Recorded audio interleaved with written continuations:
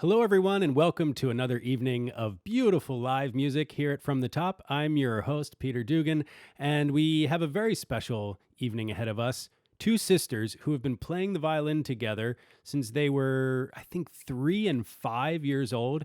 They each play the violin separately. It's not like one of those deals where one holds the thing with their left hand and does the fingers, and the other one comes around and does the bow. Although I have seen that before too, and it is impressive. We can find out later if these girls have ever tried that. Anyway, this is a strange introduction, perhaps, but I'm just really excited. There's going to be great music, and they're coming to us live from New York City, not very far away from where I am, just the other side of town, I believe. And they've got a great program for us, a lot of different kinds of music, and it's all going to be fantastic. We'll hear some solos, we'll hear some duos. It's going to be great. I've worked with these two a number of times over the past few years. They're really phenomenal. So before we bring them on, I just want to encourage all of you to get into the chat section over here. Tell us where you're watching from. Let us know how you're enjoying the performance. Your feedback and your support means so much to our young artists. And I think that's it. And now, without any further ado, let's bring them on. Here is Ysaÿe and Fiona Khuong-Huu. They're going to play some music by the great French Baroque violinist and composer Leclair.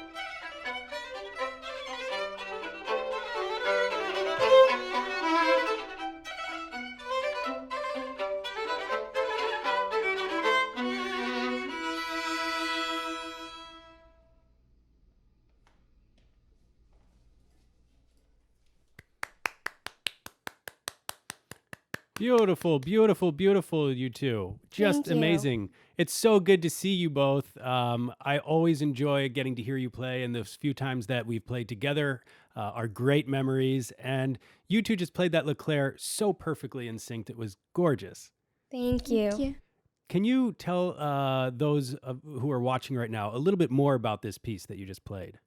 So this piece, it's very typically a Baroque piece. And so while I was reading up about it, I realized that there's actually two people named Jean-Marie Leclair, who's the composer of this piece, and they're actually brothers. And so I had a hard time figuring out which brother wrote this piece, since they were born around the same time and all that. So I actually realized it was the younger brother. And they distinguished themselves by saying Jean-Marie Leclair, the elder and the younger. So instead of having Right. separate names, they just add the elder and the younger after. So I thought that was really interesting. Yeah. Can you and imagine being a parent and naming your kids the same yeah, name? the second time comes around and you're so uncreative. They that you must have just- really liked that name. Oh, that's a much nicer spin on it than just saying they couldn't come up with anything better. Well, nice. Well, you two fortunately don't have to worry about that, but that must be cool. Playing a piece by imagining that this composer had a sibling, just like you two are. That sibling bond is very important for you. Tell us about. We don't know yet how old you are, when you were on From the Top. Give us a little bit of that background. I'm Fiona, and I'm 13 years old. And the first time I was on From the Top was, I think, a few years ago. I'm Ina. I just turned 16, and I think I was on From the Top like 2 years ago. Yeah, 2 years ago. Yeah, I think you were both on that was 2018, right? We were on separate shows, I think, On separate shows, Yeah. right. but we met Right. before that. So And yet you've been playing together as a duo for probably as long as you can remember, right? yeah, we both started. Well, I started when I was 3. She started when she was 3. So when she finally started, then I was like 5, and we could start playing together. So we would take, those Suzuki books. They actually had like second violin parts like right under it. So we would Right. play those together. So amazing. We have to talk a little bit about where you're coming from right now. That looks like a special room. Yeah, so we're at home in New York City. This is our living room. This is where we live. Those are some pretty nice paintings. I have a feeling that all of your, kindergarten art class projects are probably just out of frame. Yeah. In equally beautiful gold frames. But yeah, any stories behind the artwork behind you? Well, I always look at this. I don't know if you can see, but at the very top, there's a monkey who's like, it looks like he's stealing a violin. I'm convinced he's stealing the violin, but there's a violin and we play the violin. So yeah. All right. For those of you watching, feel free to tell us what it looks like to you in the comments. I'm not sure if I Can you make see out it? the monkey. Yeah, it could be. What I'm seeing is it a beautiful lavish feast? It's like a table with some music and chickens. There's chickens. Music and chicken chicken. there. Well, Yeah. if I was there, I'd be Perfect stealing the mix. chickens. I'd leave the violin. You don't want to hear me on a violin anyway. So we know that you've been playing together violin for a while. That you were on From the Top just 2 years ago. What I'm curious about is, was there some particular moment from your time on the program, either on the show itself or maybe in the days around the show, that stand out to you now as a memorable experience? Yeah, for sure. My show was in Boston, so we went to Boston, and what I remember the most is I think before we did the show, before we did the actual show, we went to a school in Boston, and we got to meet all these little kids who also play instruments. We spent the day with them and got to know them, and I remember the girl I was paired up with. We wrote an arrangement for her favorite song, which was a song from The Greatest Showman. Oh yeah. Yeah, Mhm. I think Rewrite the Stars or something. And we made an arrangement for 2 violins together and played it, and that was really fun. Yeah. Awesome. How about you, Fiona? When I went, it was a few years ago, and it was here in New York actually, and unfortunately, like I didn't get to go do the outreach program because it was a Saturday. So we had Juilliard pre-college, and they're strict about attendance. So, yeah. But the concert was really, really fun with like all the other musicians, and it was really fun. Well, when you mentioned that you arranged that song together, was that the first time that you two have tried arranging, or is that something you've done before? Arranging like music. I guess it was just you who made the arrangement, right, for two violins? Yeah, yeah. You just did it on the fly? I just took the melody of the song and then put some chords on it. That's all I did. Well, you make it sound easy, but it's a big deal for someone your age to be not just playing back what you've read on the page, but to be using your ear and creating arrangements like that. That could be the beginning of start a YouTube channel. People love hearing pop covers on other instruments. They do. But anyway, so we're going to hear now from just Fiona, right? Ina, you're going to take a little rest, and we'll get back to more duos in a minute. Fiona, what are you going to play? I'll be playing Chrysler, Recitativo, and Scherzo, which Chrysler wrote for his good friend Ysaÿe, who's also a Belgian violinist and also a composer. And so the piece is like kind of in two parts, the Recitativo and the Scherzo. And the first part, the Recitativo, is like mysterious and like eerie, and it's like really interesting. And the second one, the Scherzo, is like more lively and like fun and joyful. Yeah. Cool. Can't wait to hear both the Recitativo and the Scherzo. Whenever you're ready.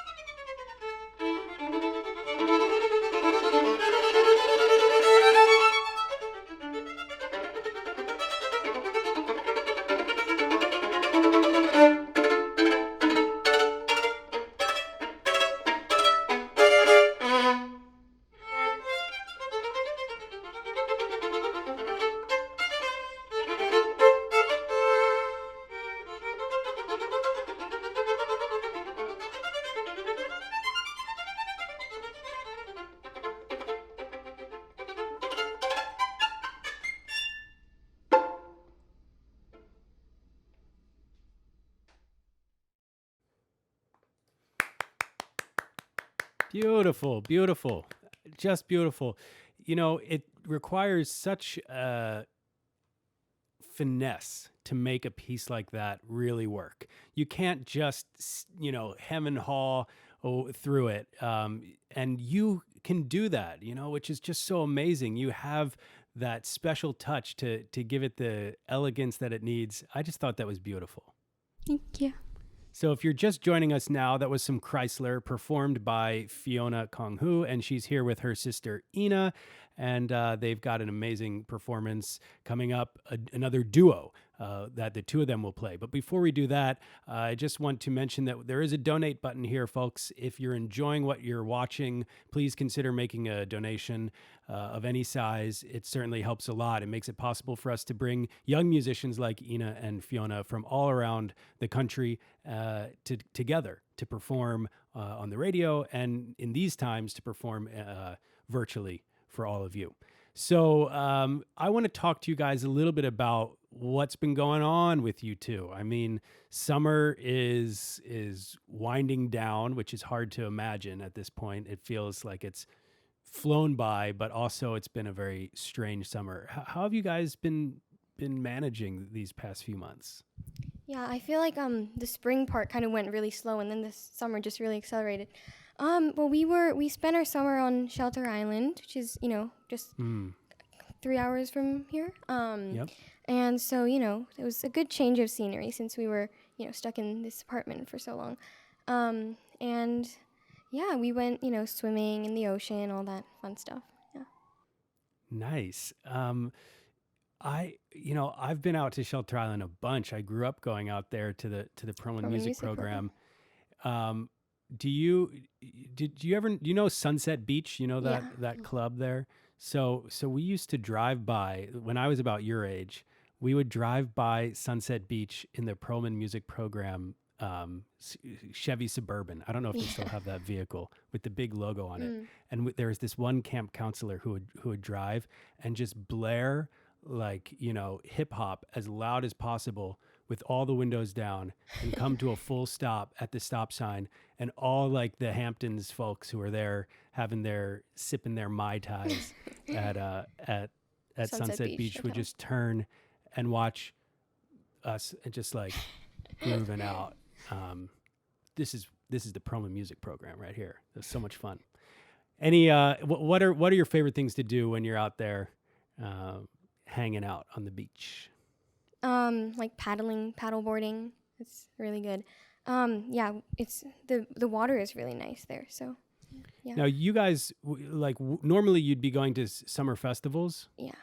And did you have any virtual, renditions of those? Yeah. So normally, just like you, I'd be at the Perlman music program. Right. But this year they did it virtually, so everything was on Zoom. But they sent us, this is really interesting, they sent us these audio kits with microphones and interfaces and all of that so that we could make recordings and do it all together. And so we combined and did a couple group projects. And we learned how to do all the tech stuff. Which is a big deal, learning how to master the tech. We've been doing something similar with From the Top at, even as early as the end of March, we were already creating radio episodes by sending same idea, sending out kits to our young musicians. Fiona, anything you miss about getting to hang out with your friends or play music with friends? Yeah, it's definitely like different. Not being able to play like with everyone, and like not being able to do like chamber music and like playing with piano and stuff. Yeah. So, but it's a good time to like learn solo pieces and stuff like that. Right. Or learn a new skill. I haven't been baking bread, but I know, baking bread is like a popular thing. But I've been doing some gardening with my wife. As you guys know, my wife is also a musician. So I have the fun of living with another musician who I can make music with. But that's what you guys have too, Yeah. You guys get to play together. Yes, I use her for collaborative purposes.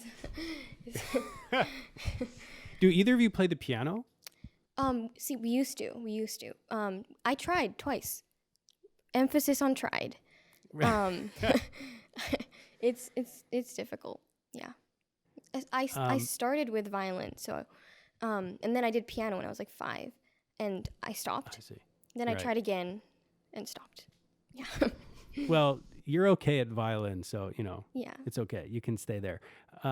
We have another duo coming up. This is one of the beautiful things about living in the same house with another musician is you get to play these duos. When it comes to a piece for solo violin or 2 violins, it works so well when the composer was a violinist themselves.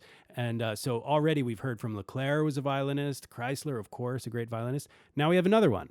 Tell us what we're going to hear. So this is Wieniawski's Etude Caprice No. 4. And so Wieniawski is an amazing violinist. Like he showed off a bit, but he had every right to show off. And he wrote a lot of really difficult pieces for the violin. And this book that he wrote is a book of 8 etudes, each focusing on a different aspect of kind of violin playing and technique. And so the one that we'll be playing is No. 4, which kind of it's focused on the kind of agility of the fingers and the fast difficult stuff. And I think they were actually made for 2 violins, but a lot of people just play the first violin part because they're totally fine. They stand alone just fine. But we'll be playing it together. Yeah. Cool. Can't wait to hear it. Take it away whenever you guys are ready.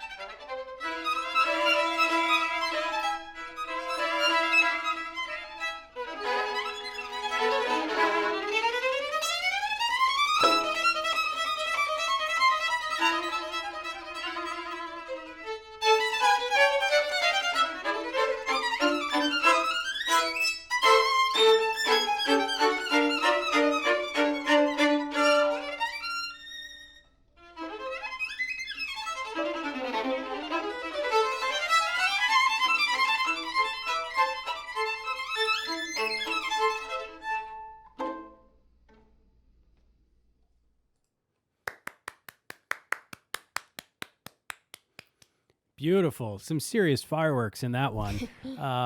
When you play an etude like that, are you thinking of it like the same way you would any concert piece, or do you have a mentality that's different, like more of a finger exercise? I think, well, it depends on the etude. I think these, especially the Wieniawski ones, they're pretty fun to play.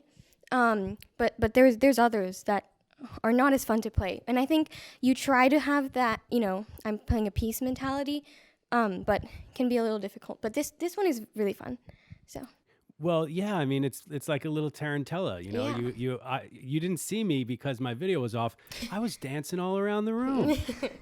I'm an excellent tarantellist. Yeah. Taranteller? Whichever. I feel like and you're just not telling me because you don't want to hurt my feelings. That's okay. Do you know about the tarantella? Yeah, it's like the spider, going mad. Yeah. No, I think it's like if the spider bites you. Oh, then you go mad. Then you go mad. That's what it is. And you start dancing to get rid of the poison or something like that. And I think it's also I saw it was like a saltarello which is like the Italian like jumpy dance. Yeah, that too. Can you want to do that right now? I don't think I can.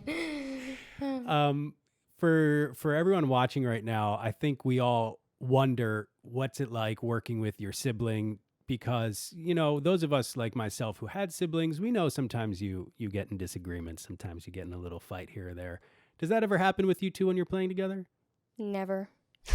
Perfect bliss.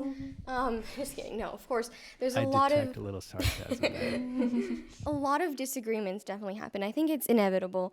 Well, it's like any other sibling. All siblings fight. So, it's the same thing. But I think it's good to have a teacher in the middle watching, making sure things don't get out of hand. Yes, middleman. Right. So yeah, but definitely, yeah. Fiona, from your perspective, how does it generally go down if you have a disagreement about something musically? Fight it out. Well, we usually like argue about it for a while, and then we try to find like compromise though. Since a healthy debate. Yeah. Healthy debate. Now, as you know, and I mentioned earlier, I work with my wife as a singer. We make music together. It gets messy when you have things like, I did all the laundry today, so therefore we are going to do a retardando here, or and you gotta. That's the danger, is when you start comparing who's doing more household chores to who's more right about very minute details of musical interpretation. I don't advise that. Don't go down that path. We have our own negotiations. I'm sure you do. Yeah, as long as fists don't start flying, you're probably okay. Although that might happen too with you guys. Me and my brothers used to. Ooh. Bows. Oh, fencing, bow fencing. Oh my God! Something tells me that's not a good. Like, those bows are probably valuable. Don't do that, guys. Just don't. Okay, this has been a fascinating conversation, at least for me. Let's go on to some more music. We're hearing from now another violin composer who you actually mentioned earlier, Fiona, because the piece you played by Chrysler was written for him. But now we're going to hear a piece that he wrote. Which of you is going to introduce this one? I'll be playing it. Okay. Oh, that's right. This is a solo piece for you, Hina. Thanks. So this is a total coincidence, but the composer Ysaÿe, who wrote this sonata, actually dedicated it to Chrysler. So Chrysler wrote the other piece for Ysaÿe, and Ysaÿe wrote this one for Chrysler. So actually it's one of 6 sonatas, and Ysaÿe wrote one sonata for one contemporary violinist of his time. And so this one happened to be Chrysler. And what's interesting is Ysaÿe heard a recording or a playing of the Bach G minor sonata, and was inspired to write his own sonatas, his own solo violin sonatas that kind of show how music has evolved from Bach's time, and how all the different new nuances and chords and everything. So I think this sonata number 4, you'll hear a lot of interesting chords and really interesting harmonies that kind of are 20th century like, and not very different from what Bach did. But yeah, sure, and probably some techniques that are pushing the boundaries for sure beyond what Bach was writing. Yeah, Ysaÿe did a lot of that. So yeah, okay. Whenever you're ready, take it from the top.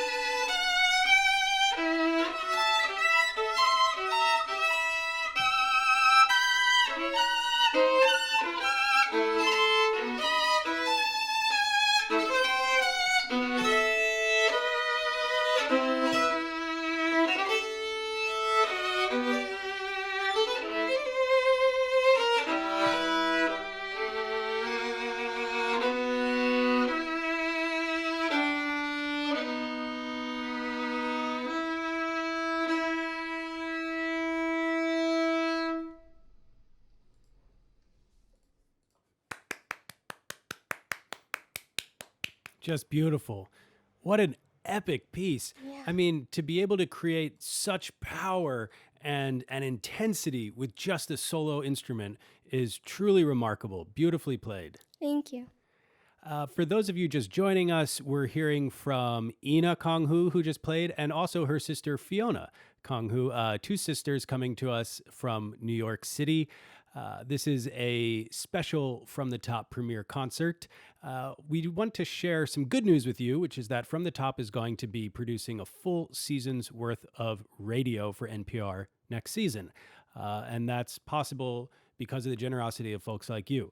Now, part of our mission involves our relationship with the Jack Kent Cooke Foundation, and in partnership with that organization, we're able to award $10,000 scholarships to musicians who have financial need all around the country. So over the course of the season, that means we give out, I think, $200,000 in scholarship. The time is now to apply to be on the program and to get the scholarship. Go to fromthetop.org to learn more, and the first deadline is coming up. It's September 15th. So if you are a young musician or if you know a young musician, please go to fromthetop.org. And now let's get back to the music. We have one more piece, but before we do that, Hina, Fiona, I mentioned earlier that I've been doing some rooftop gardening. My wife really has the green thumb, but that's been sort of our fun adventure for the summer. What non-musical things have you guys been up to? I know you've been swimming in the beach, but anything more sort of adventurous, a new skill perhaps, or hobby? Besides sleeping and eating, of course. That doesn't count, Hina. It's not a skill. Okay, sorry. I'm really good at sleeping though.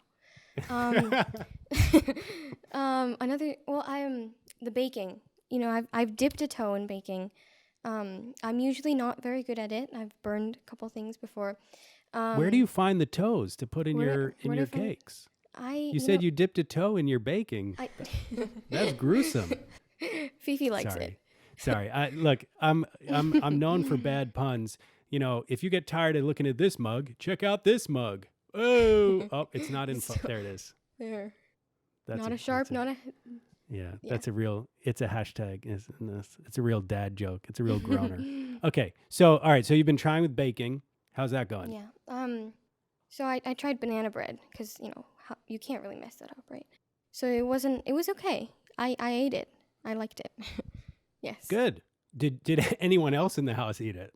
Yes, you liked it. It was pretty good. Okay, It's more pretty than good. Nice More than sisterly good. support there.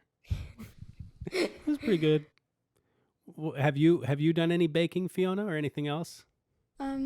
Well, I've been when we were in Shelter Island, I've been doing some like photography of like the landscapes and stuff. Wow. Now, do they still make real cameras, or are you just using your iPhone? A little bit of both. Okay. There's nice sunsets in Shelter Island. So. Oh, the best sunsets. Well, you go to Sunset Beach. I know you two are a little young to have a cocktail, but you go to Sunset Beach and watch the sunset there. It's amazing.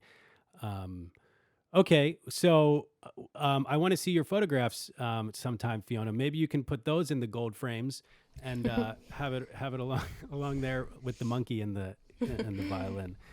To me, it looks like he's attacking the violin. I've had some time now to study the painting. I think the monkey is attacking the violin With the bow, right? Yeah, He's he gonna hasn't beat it up learned and then yet. take it. Right. He hasn't learned that the bow is supposed to go like that. He's using it strictly as a percussion instrument, I think. Yeah. Yes, I'm learning to do. I've put you guys on this spot a lot this evening, asking you questions.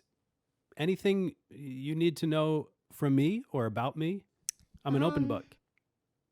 Let's see. Well, you're an amazing pianist. What has it been like for you to be kind of a musician in quarantine and not being able to perform? How have you been dealing with that? That's a good question. And the biggest thing for me has actually been diving into technology. Before the quarantine started, I didn't have a computer.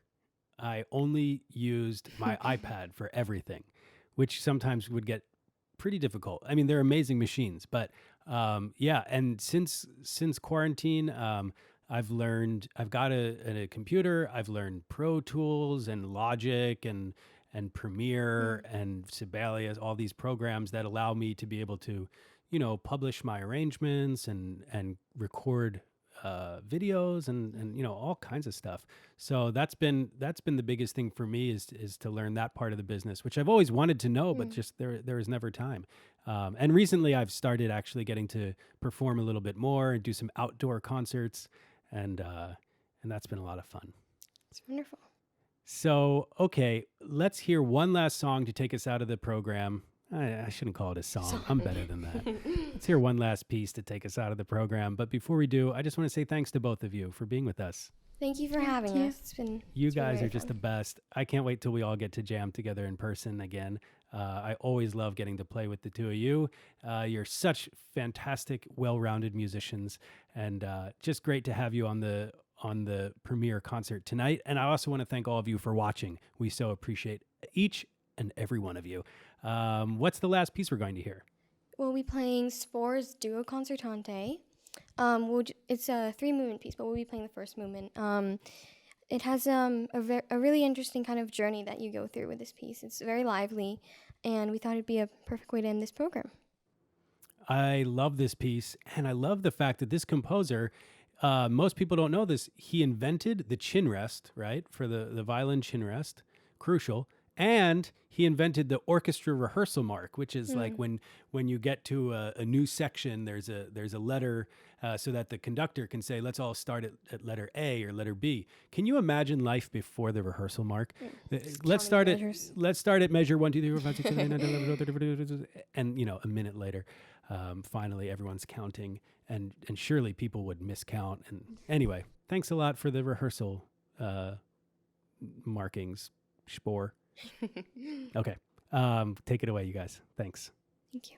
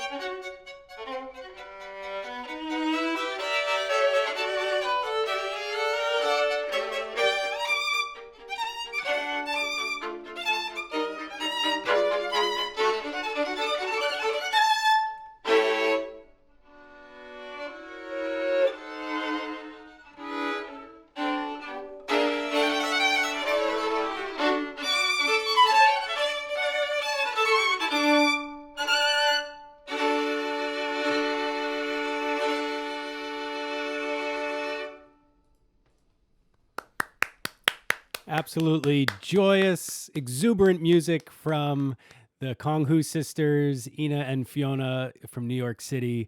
What a beautiful and joyful way to end the evening. Thank you both so much. Thank you. Thanks so much for having us.